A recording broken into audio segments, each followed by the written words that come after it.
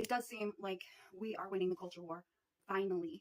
Tim Pool, shout out to you and your new baby girl and your wife, Allison. Tim Pool's been preaching family values for years and years and years. I've been following him since the very beginning of Timcast IRL.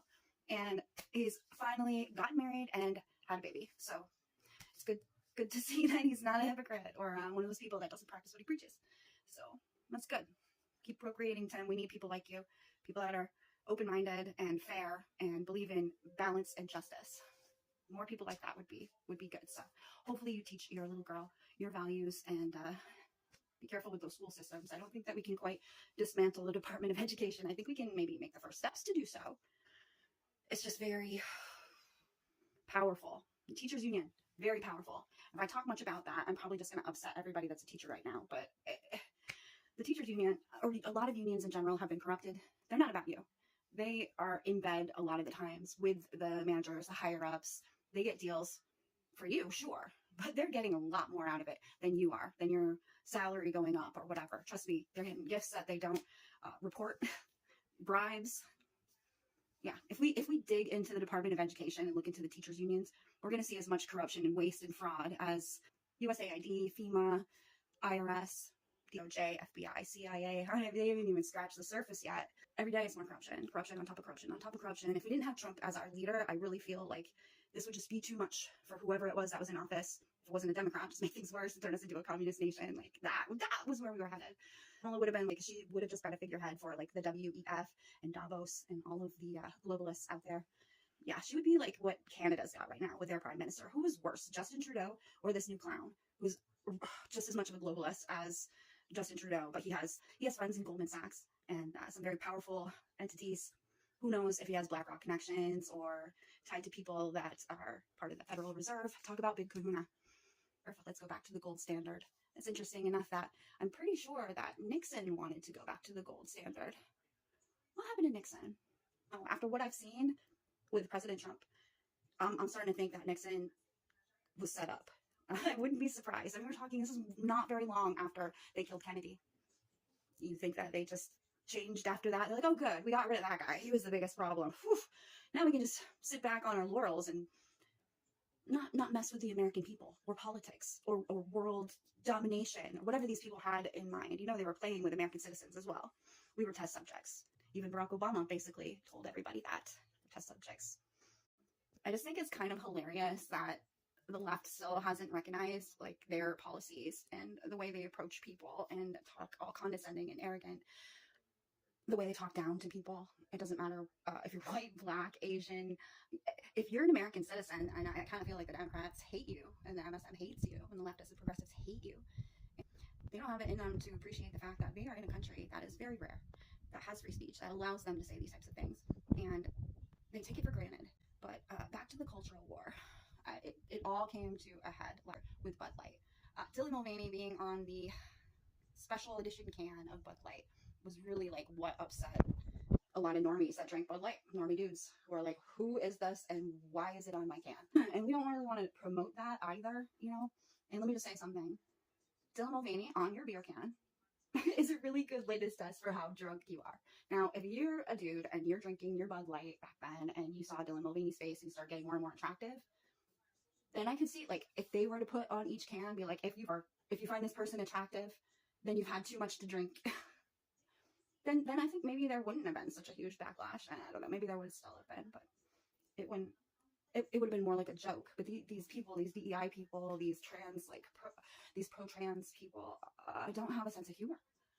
They lack authenticity, and I think that's why they're not funny. They don't have humor. They don't understand it. It was March of 2023 that this all came to a head. And then you had Target selling things from what are they called? Selling things from avowed Satanists, as well as tuck swimwear.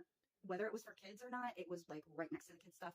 A bunch of like gay pride, trans stuff. I think the trans stuff just like an issue that the majority was not okay with pushing further and further and further.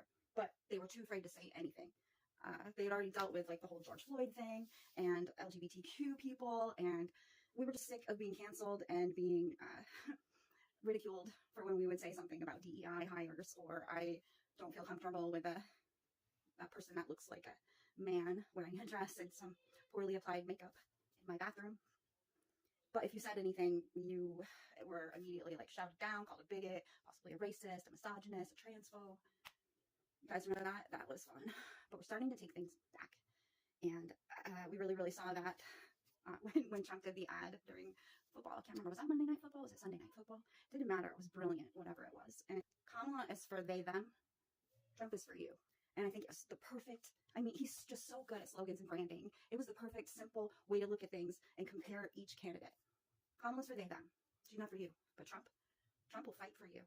So that was a good moment in the cultural war. The best moment, obviously, was when Trump won. It was, you just, after everything they'd done, you just feel like, you felt like a kicked dog and black-pilled. And it was such a ray of sunshine and happiness when Trump won. That was, I don't know, I feel like the highest high, because the lowest low was when Trump was shot.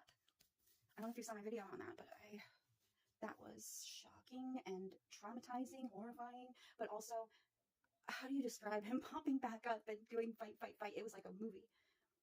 So I think that affected a lot of people. And I think that could be pushing us towards winning the cultural war. We have a lot of young men that voted for Trump. We got to get the young women on board. But I really don't know how, because they have been indoctrinated by the system. Think about all the wins that we've had. Trump wins. We got Joe Rogan more culturally relevant than ever. The trans movement is settling down. Men can't play in women's sports. I'm sorry, trans females, is that the proper term? I don't even care anymore, honestly. Or biological men can't be competing in sports with women. It's dangerous, okay? I get it. Ideologically, the trans people are thinking, there's no difference between men that think they're women or are trying to be women versus women. But there is a huge difference. And let's just use common sense from now on, or women could get really hurt. So I hope the Olympics are listening, because there were some really horrible things that happened during the last Olympics. Women getting the tar beat out of them would be some of that. But Disney is listening. However, we'll see if any of the warnings that we've given them about DEI, strong woman stuff. I mean, I hope Hollywood is listening. I think they are listening, but it takes a long time to affect change. So, but I do think that they're listening. And America has rejected Meghan Markle's fakeness by not watching her Netflix show, and the critics are actually saying it's terrible. Michelle Obama had a podcast, only got 25,000 views.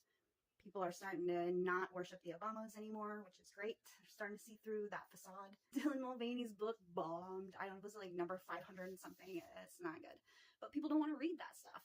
Even the younger people that were his fans before have probably moved on. So unless you're like obsessed with him, you're probably not watching him, and you're probably not going to buy his book.